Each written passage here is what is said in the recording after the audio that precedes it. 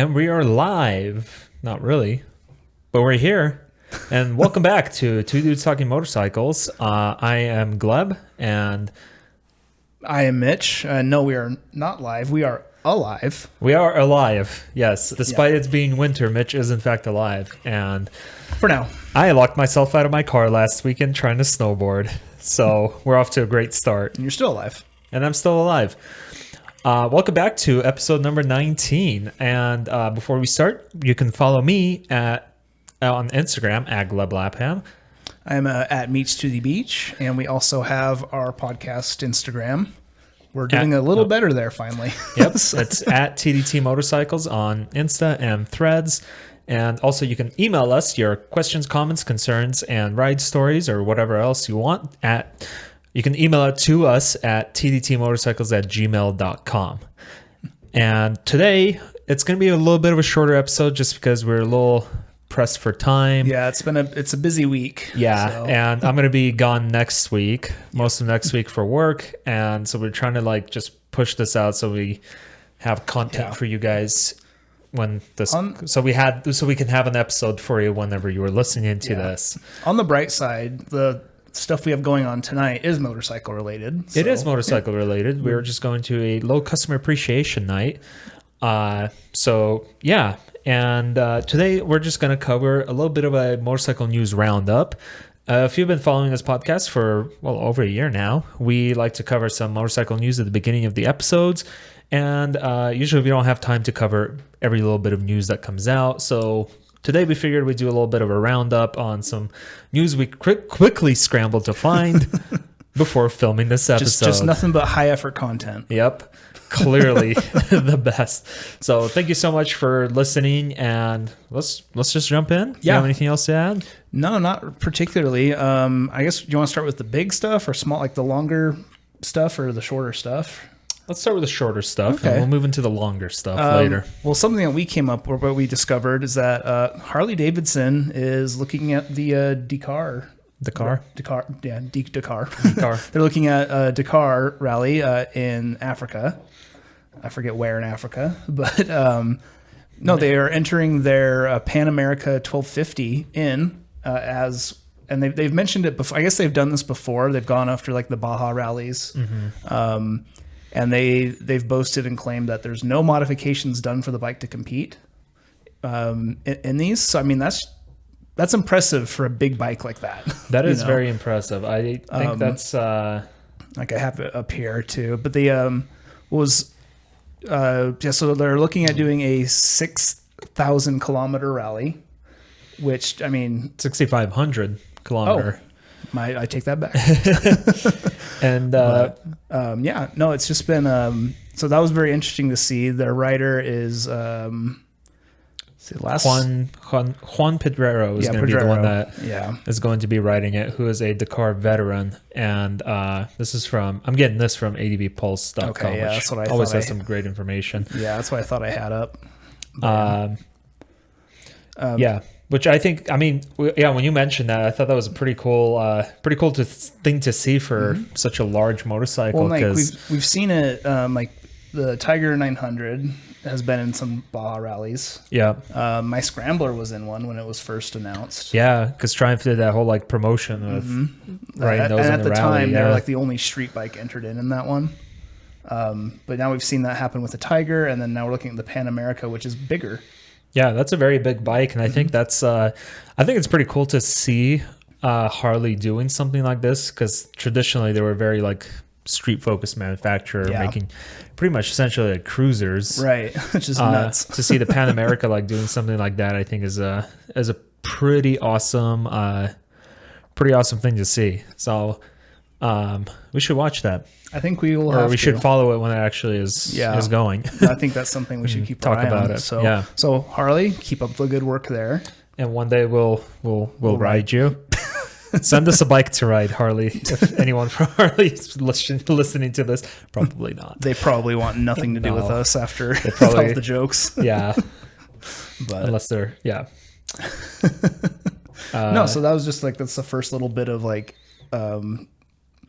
that's just the quintessential definition of a roundup for news. There's not a lot to really say on that. Other than that, it's No, I thought it was pretty cool. I did see that even before we, were looking at information for this episode. I remember coming across the headline, looking at it, and thinking, that's a pretty cool thing to see. Like you said, Triumph has done it on the Tiger 900. I don't know if they've officially sponsored a 900 rider or not, but I know people have used the Tiger 900 in the rally before. And the Scrambler was their official kind of line. Yeah, and we should look into that, see if that's been like an official Triumph sponsor rider. Yeah. So.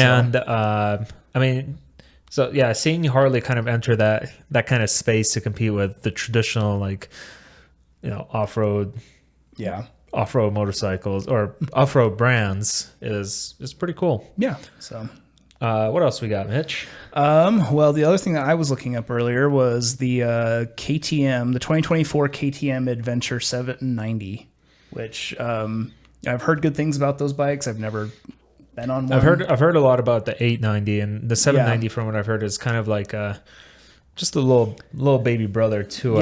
Yeah, that's what it is from there. So from the previous models, I don't have like a ton of specs on like the older models because again we haven't really talked about KTM a whole ton. Yeah, which perhaps we will. So we probably should. We should. So from the previous model, their new iteration of their engine, their LC8C, it's been reworked for better emission compliances. So it's keeping up with that, as all manufacturers seem to do. Yeah.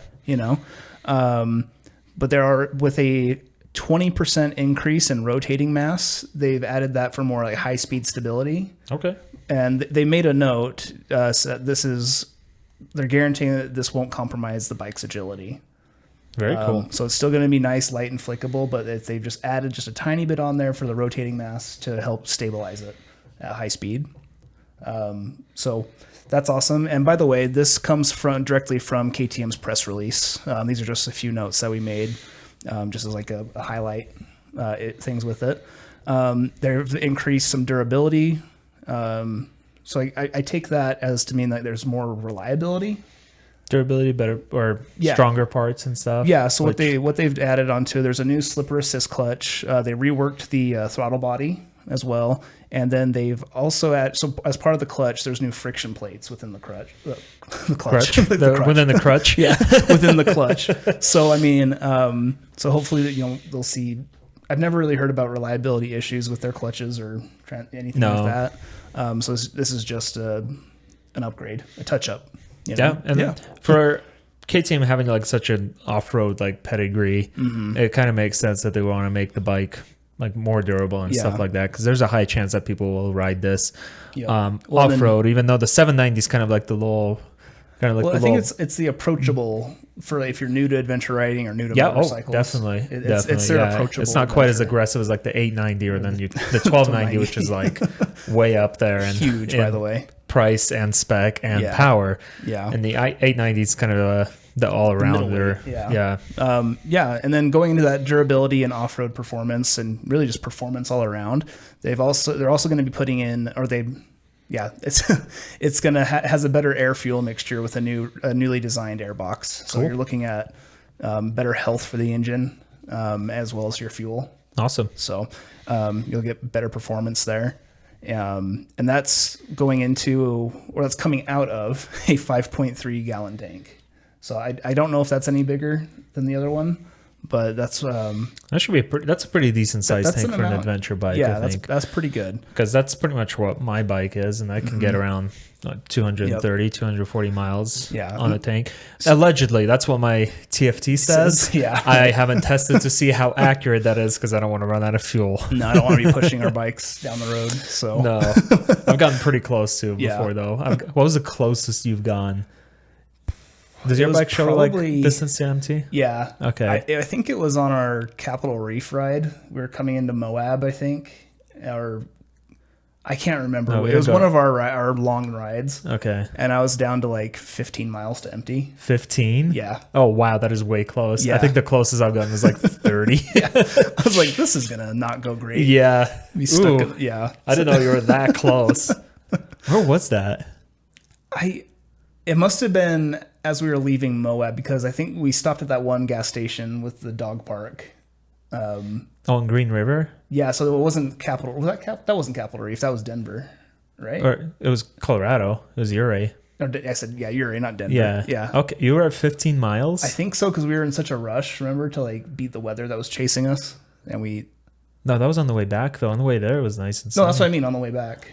Oh, Yeah. Okay. Sorry, yeah, on the that way makes- back. Okay. So Oh, yeah, you're I don't kind of recommend it. very close. yeah, I was cold, tired, and very nervous. So, Okay, that But- makes sense. but back to the KTM bike, what we have here on from them as well. This is probably like everything on here. It just kind of seems like nice little tweaks and improvements here and there, right? Yeah. Well, this bike is now getting an IMU that is usually seen on their larger KTM bikes. Oh, yeah. So you're That's gonna cool. have yes, so you're gonna get like that backup, I guess is the word I want to use, like with the computer to help the bike out.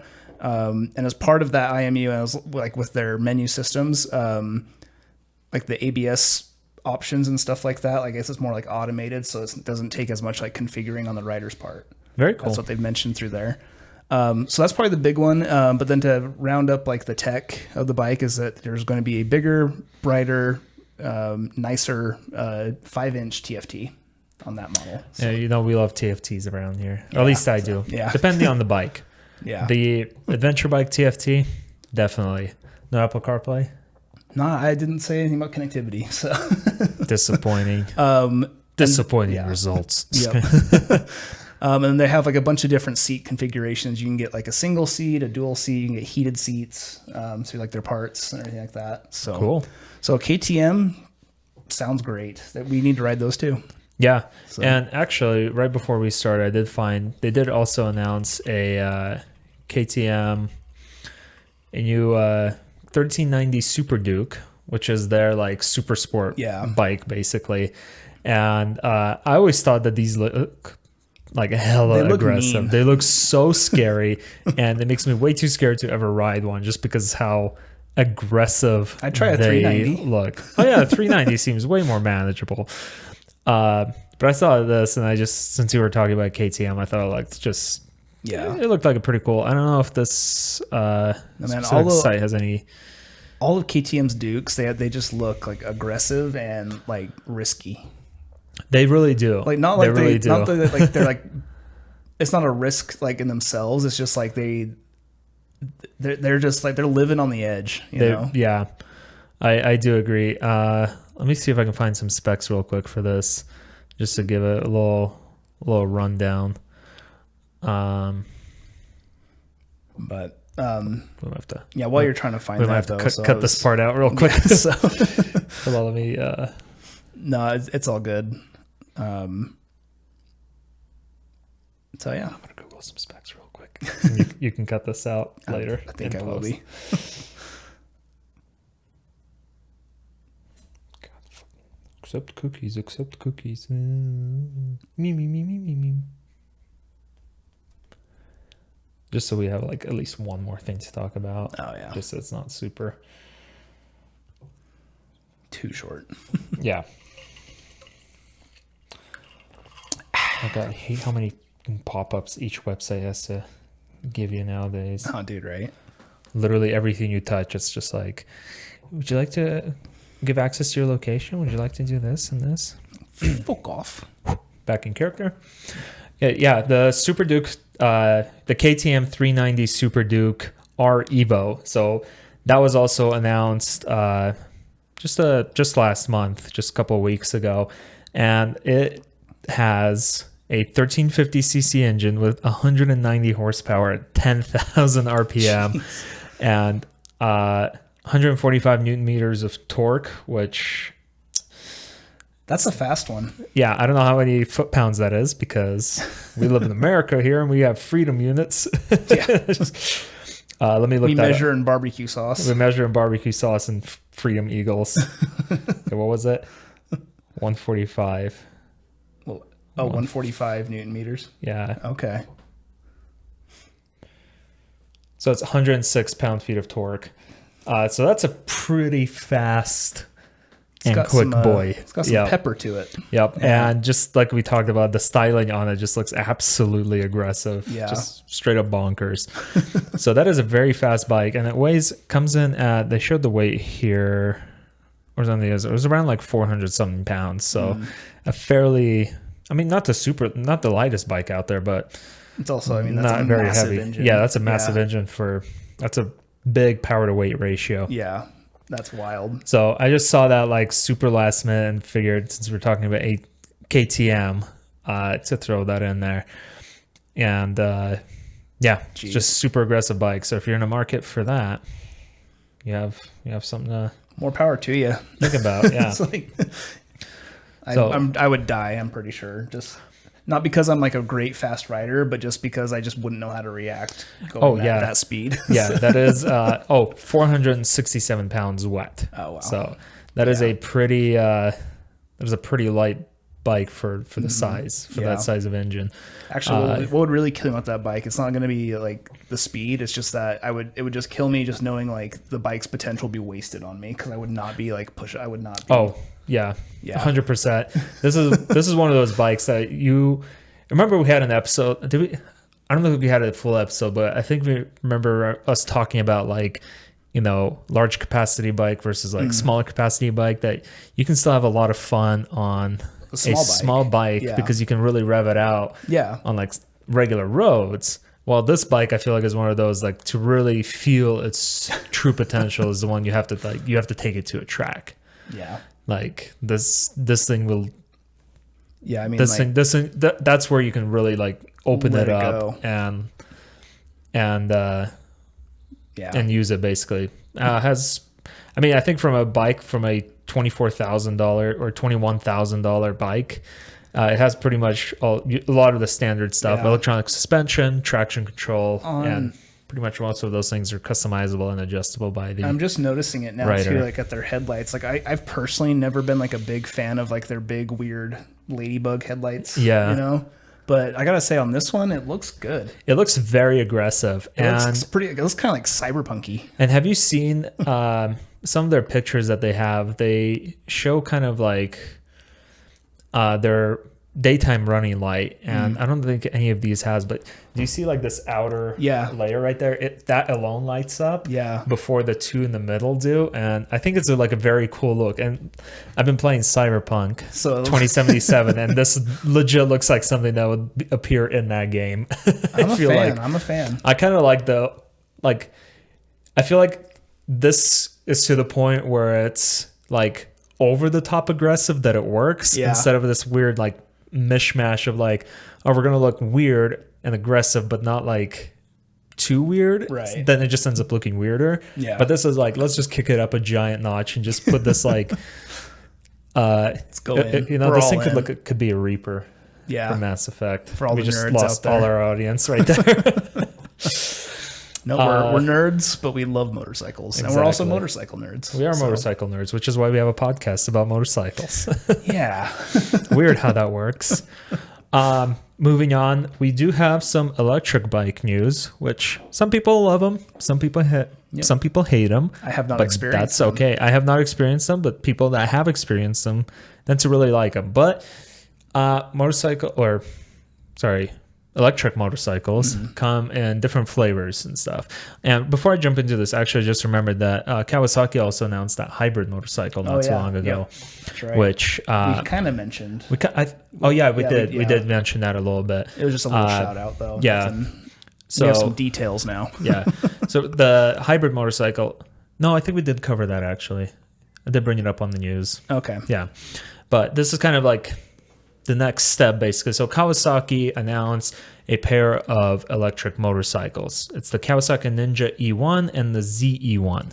And basically these, when I was reading the press release, I was trying to figure out like who are these for and how will they like fit into the lineup, because they're a little bit weird in terms of their limitations. Yeah. Like these are not bikes you're going to ride for a while, because I remember reading their range is like 50 miles.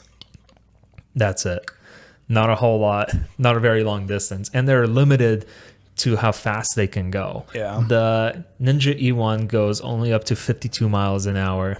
and the ZE1 can go 49 miles per hour unless you activate the e-boost, which for 15 seconds boosts your speed up to 65 miles an hour, which I don't know, it just seems like, and that's to prevent like preserve battery temperature and the range. Yeah, but it's kind of weird because like while I was reading this, I was just wondering like, I don't know who's gonna buy these because 50 miles is not very far, even if you're just riding around town. Yeah, I mean, the one cool thing I did think was that it has 2 rechargeable batteries, which you can remove, where the gas tank normally would be. You have 2 batteries that you can pull out, and you can, take them inside your house and charge them there. Yeah. Which I thought was kind of cool because... Now you get 100 miles. No. Oh, it's 50 between the two of them. Between the two of them. Yeah. Okay. Yeah, and if only one battery is like full, you're limited to using only the eco mode, which is limited to 35 miles an hour top speed. Okay. So it's a little weird about what direction Kawasaki is going in with these ones. Did you have some neat little features, like they have a walk mode where you basically like the bike is like shut off except for a little bit of power, and as you give it a little bit of throttle, it'll kind of like inch forward at like 3 miles an hour. Okay. Or it can go in reverse up to 1.8 miles an hour if you don't want to like push it up a hill or something like that to park it, which I thought was kind of cool. Yeah. But with the limited range, and it takes about like 7.5 hours to charge both the batteries if you charge them at the same time, which is kind of a while. I'm just kind of like thinking about where this would fit in. So I think... And if you're in like a,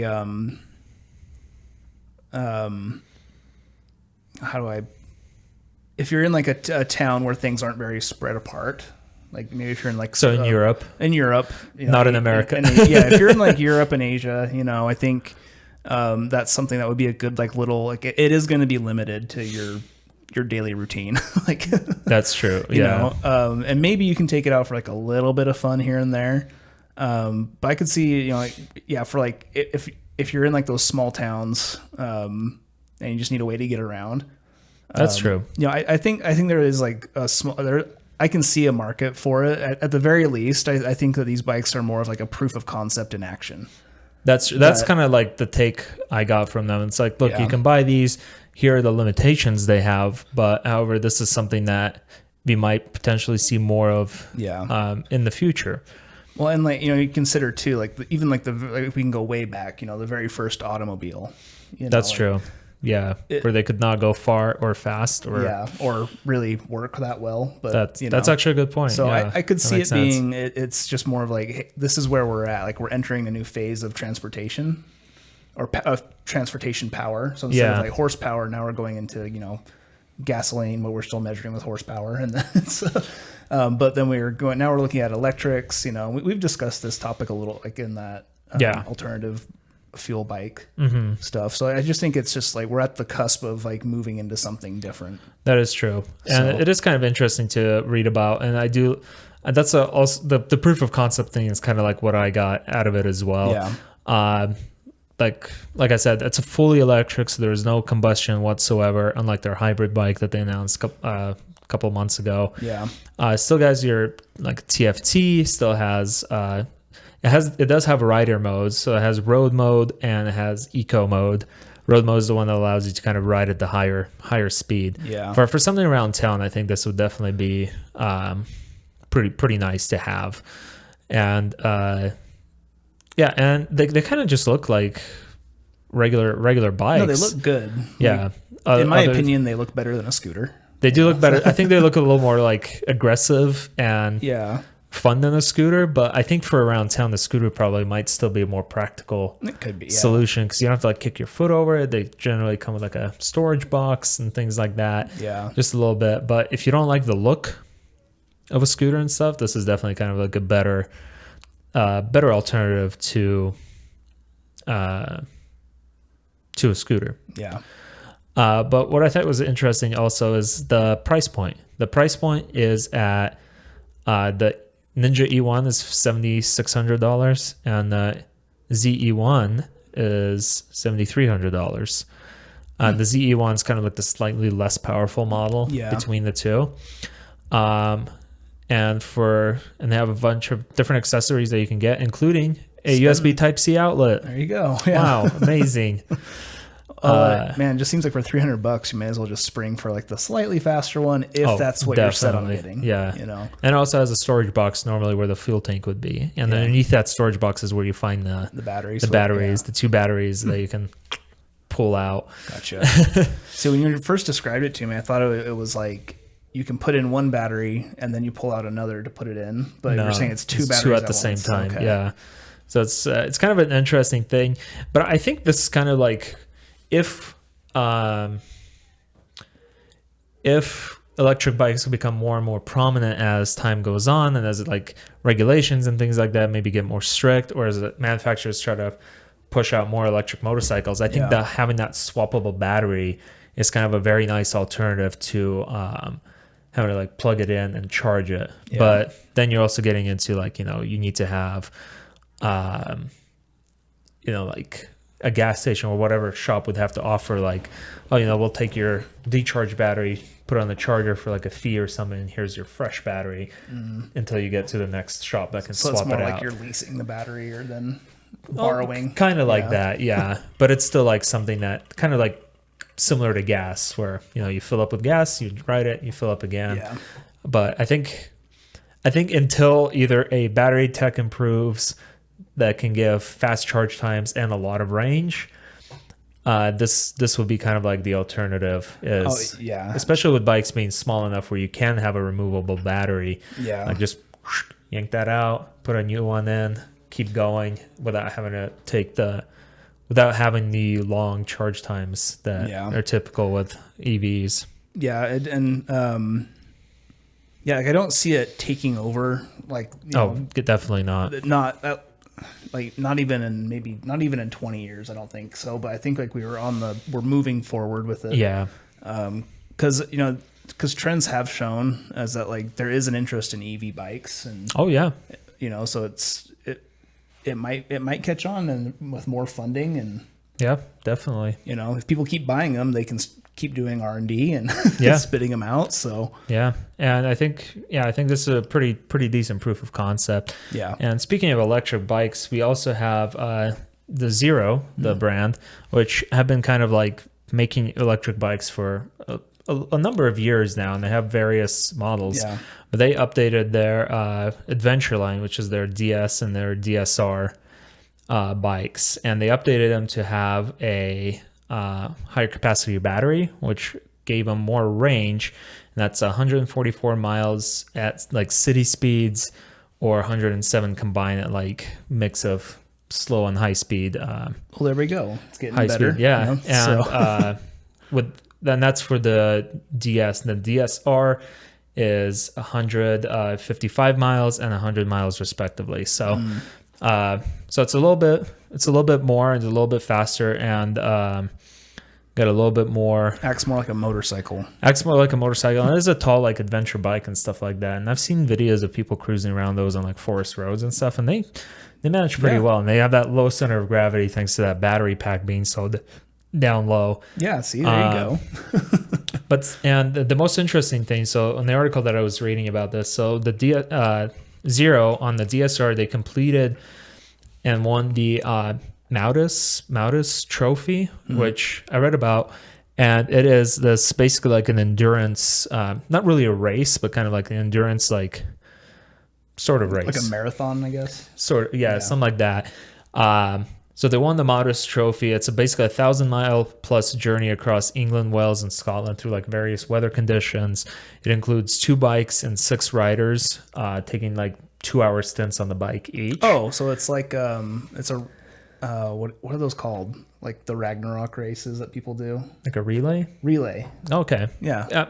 Yeah, that's probably the closest so relay comparison. Yeah. Yeah. Okay. And but basically, like Zero, when they were presented with like the idea and opportunity to do this, decided to do it to kind of show that like, hey, our bikes can handle riding in adverse weather and things like that. They can handle riding in the wind and the rain and going through like grimy roads and things like that, just like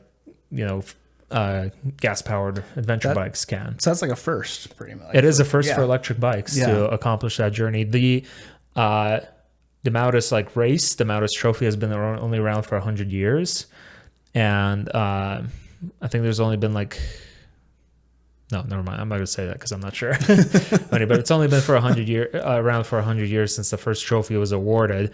And it's the first time an electric bike was able to compete and win in that in that race. So I thought it was a pretty big accomplishment. This kind of shows, like you were talking about proof of concept, it shows that the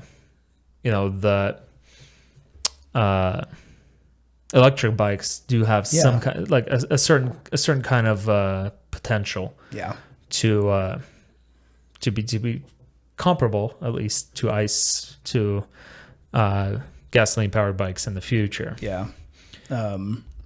No, I think that's pretty cool.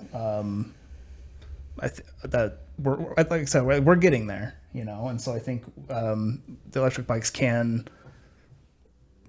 they're showing like what they're going to be capable of doing, what they already can do. Like that's just going to be like a stepping stone, like to the next tier, hopefully, from there, because it's not like we're like me and you are necessarily like oh we hate gas, we hate oil. No. It's just like gas engines are fun. Way better. And they make noises, they vibrate, they're gruff and rough, and that's what makes them fun. Right, and it's but even like just in like the marketing for motorcycle world, like combustion engines, like they're projected to see a decline in production. Just like with cars and stuff like that. And so so if this is the way for future generations to keep riding, it's like where gas engines are going to be like a collectible kind of thing. I really hope that collaboration between like some of the Japanese manufacturers and the hydrogen engine like succeeds, so we can still have. I want a combustion engine. So we still have that feel of a combustion engine without the necessarily negative effects of it. So. I think we should just do a quick little, not intermission, but just like a deviation from the news and the bikes here. Okay. So by the way, guys, earlier this week, or I guess that was yesterday, our listener, Billy from Florida, or Key West in Florida, he saw a bike that we mentioned in our last episode over Triumph, was the DGR edition of the T120. Ooh, and I mean, very nice. Just look at that. So that is a absolutely beautiful looking bike. So Billy, thank you for sharing. Thank you for listening. Keep sending us stuff. This is awesome. We're on the hunt. This is my favorite part of the podcast. Is like whenever we get some new email from you guys, I love it. Yep. Oh, and I don't think we mentioned before too, but David with the CF Moto, he left a comment on the YouTube channel, like thanking us for sharing his email. You're welcome. Oh, yeah. Thank you. Thank you for sharing. Yeah. Thank you for listening. So it's just great to see that kind of stuff. And we're on the lookout for cool bikes like that. So send us whatever you want. Even if it's just to say hi. Nothing illegal, please. Nothing illegal. Don't send us illegal stuff. And then if you want to. But if you are riding around and want to, the holidays are around the corner or pretty much here, and there's some sales going on. And if you are shopping for new gear, we do have a Revzilla affiliate link on the description below the podcast and below the episodes. And if you're watching on YouTube, it's below on YouTube. So if you are buying new gear, or if you're in the market for new gear and want to help out the podcast, feel free to use that link. It doesn't cost you anything extra, but it will give us a little bit of a kickback. So we'll just get a cut of the profit that Revzilla would make. So. And it helps us, help support the podcast. If you are not in the market of buying some stuff, though, you can just straight up buy us a coffee at buymeacoffee.com/tdtmotorcycles, and you can donate some money to the podcast, which instead of buying coffee, we will use just to save up for better equipment and motorcycle related stuff. So and also related to coffee, in our little riding group that we have around here, if you're in the Salt Lake area, Fire Clay Coffee in Murray, they're kind of now like our official group meetup thing. So they're not really related to the podcast quite yet, but they're helping us out. It's like, oh, you guys can just come chill here, and this can be like our little meeting spot, So go check them out. Good coffee, good sandwich, great coffee. That turkey avocado was nice. That was nice. So So with the ad, let's wrap up with Back to news, guys. Somehow I managed to rack up this big of a section on BMW. What, you and BMW? No, swear, you don't like them. It's my little love affair with BMW. Sorry, Triumph. Sometimes I just can't help myself. Yeah. BMW puts out some pretty interesting bikes. So, and this one is the new. Between the two brands, are you bike curious? I'm a little bike curious. Yes, yes, I am. Between just stuck between BMW and Triumph. You know, I feel like one day I'll probably own both. I mean, why I mean, not? with how much I talk about them. Yeah. But BMW announced you're familiar with the Nine T, right? Oh, yeah. It's like their kind of classic, modern classic looking motorcycle cool, with the air-cooled Boxer twin that just looks like a giant thing sticking out of the bike. Someone in our group, I don't know if you would want us mentioning his name. I don't know why you wouldn't, but he had the R9T. Yeah. You know, and that thing was sweet. Yeah, that thing was pretty awesome. And I just love how they look and how they sound, but I really just love how that Boxer looks on them, especially with it still being air-cooled and it has the fins. I like talking to him. How he's talking, it's nice riding in the cold weather because those Boxer headers, they're just like... They just heat you. They're like a built-in foot heater. Yeah, I believe it. But BMW just announced, so the R12 Nine T and the R12. So they both have the 2-cylinder air/oil cooled Boxer engine. The R12 Nine T has 109 horsepower and 85 pound-feet of torque, with the R12 having slightly less at 95 horsepower and 81 pound-feet of torque. The difference between the two bikes is the R9 T is kind of a more of a roadster look. Think kind of like the Ducati Monster and things like that. A little bit upright seating position, and a little bit more aggressive. While the R12 is a bit more of like pseudo cruiser type look. It's not cruiser, like you're not as far laid back and like feet forward as a true cruiser, but from the pictures that I've saw, it kind of seems similar to like the Triumph Rocket or the Ducati Diavel, where it's a little bit more of a kind of like slightly wider handlebar, slightly lower seat, and you got a bit more of a rake on the fork there in the front too. Okay. On the R9T and I'll the throw R12. up an image of that for the video viewers. Yeah. And what I thought was just cool is just I just like the design of the bikes. I think they look really stylish, and BMW's press release had some pretty awesome photos of them. And I just basically just really loved the way they looked, and that's why they caught my eye. And I mean, same goes for like the actual bike. When you see it on the street, it's a very kind of eye-catching bike with a pretty good silhouette, I think. Yeah, no, that's got a nice little profile to it. Yeah. But one of the biggest things BMW wanted to improve with these bikes is the customizability. So they changed a few things up. They moved the airbox under the seat, so it's a little easier to access. Before that, it used to be under the tank, so you can like really access it as easily. Now it's under the seat, easier to access. They fiddle around with the exhaust to give it a more aggressive exhaust note. And also they redid the back frame, so now it's easier to kind of remove it and tweak it and things like that. So this bike was meant to kind of like able for a user to be able to customize it and use it. I do like that tail end on this bike. I think it's, and the one you have there, I think that's the R9T, and this is the R12 Nine T. This is the R12. Oh no, you're right. Okay, yeah. And this is the R12. So that's R12. the R12 Nine T, and that's the R12. You notice like the front's a little bit more right there. And you can get the spoked wheels and stuff on them as well. That is clean looking. Yeah, it's very clean. It's shaft driven. They also angled the rear fork a little bit more, so to give you more room if you want to like swap out for a different gas tank and things like that to really make it your own. Wow. You can. It's kind of like taking that whole idea of like, you know, you see people like on Instagram or Reddit where they take an old bike and basically strip it down and like make it look all like, you know, cafe racer style. And that's really like cool, actually. Yeah, to see them like kind of, hey, people kind of like retro build our bikes. And they're like, well, here's one that kind of looks like that already. Looks like that already, but you can also make it look like more of your own. Yeah, even more so.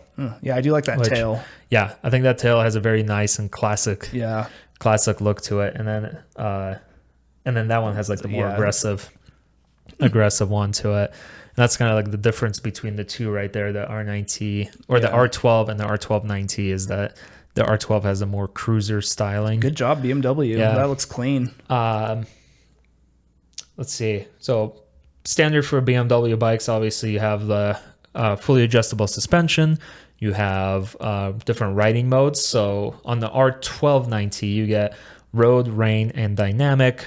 Road and rain, self-explanatory. Dynamic is kind of like the more lively sport mode.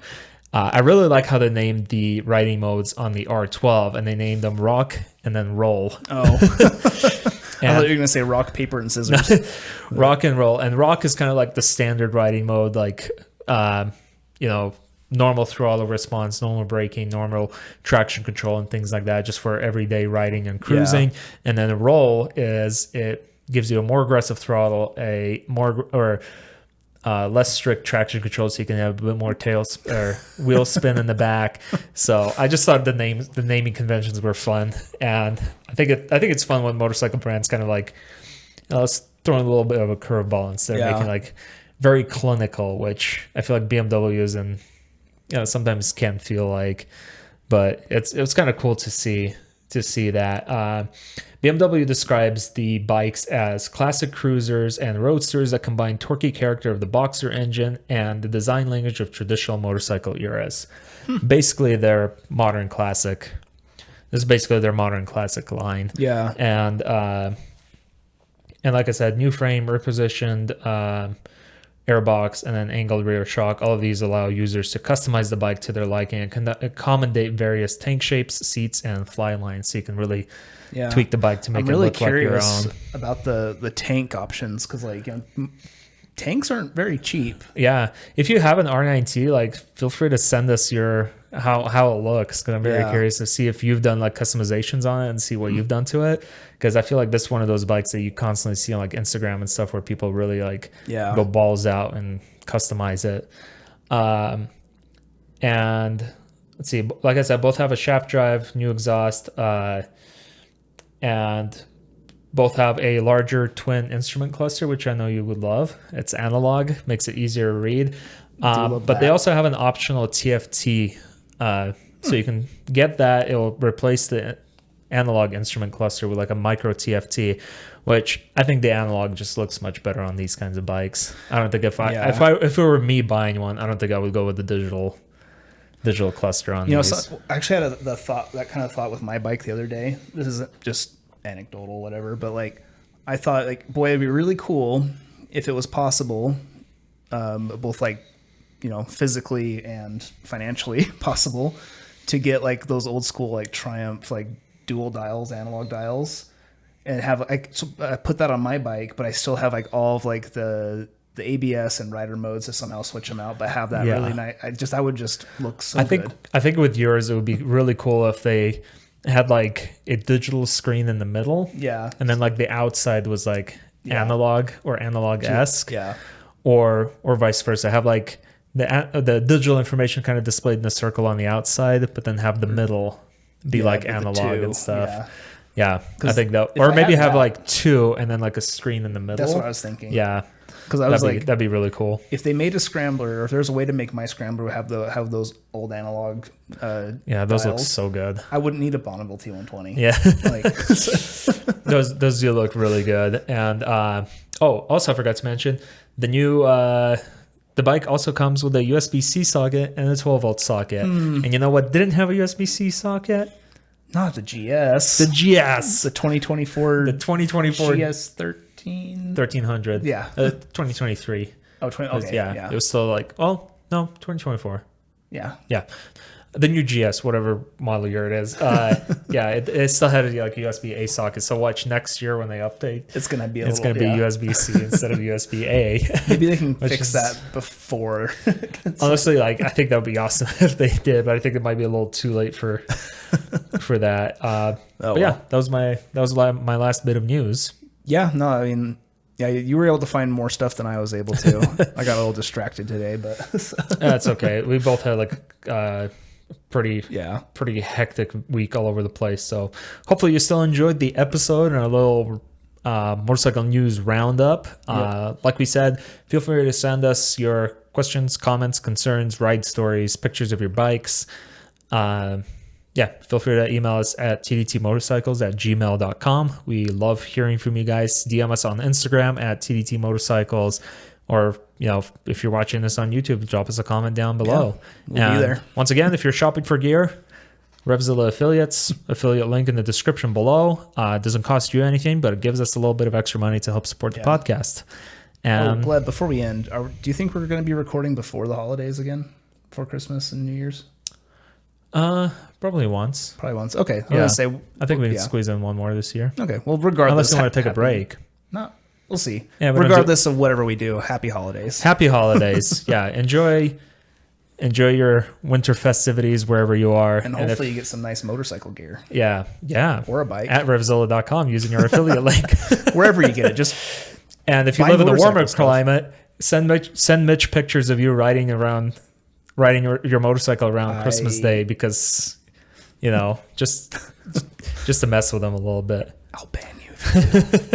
Anyways, thank you guys so much for listening, and we'll see you in the next episode. All right, bye guys.